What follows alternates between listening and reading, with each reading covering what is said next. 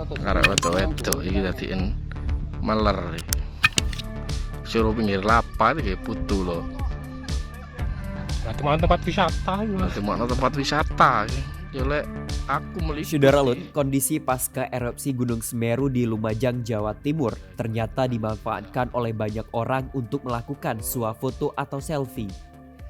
Hal ini diketahui dari perekaman video yang viral di media sosial.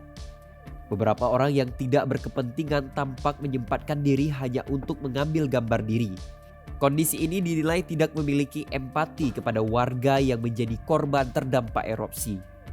Peristiwa tersebut salah satunya terjadi di Dusun Sumbersari, Supit Urang, Kecamatan Pronojiwo yang menjadi titik utama turunnya guguran awan panas Gunung Semeru.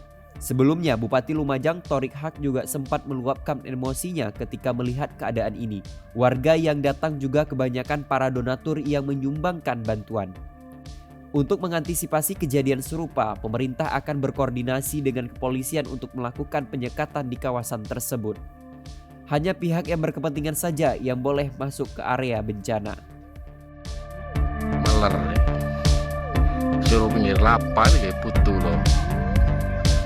Berarti mana tempat wisata ya. Nanti mana tempat wisata ya lek aku meliputi. Ya gimana tuh kali lah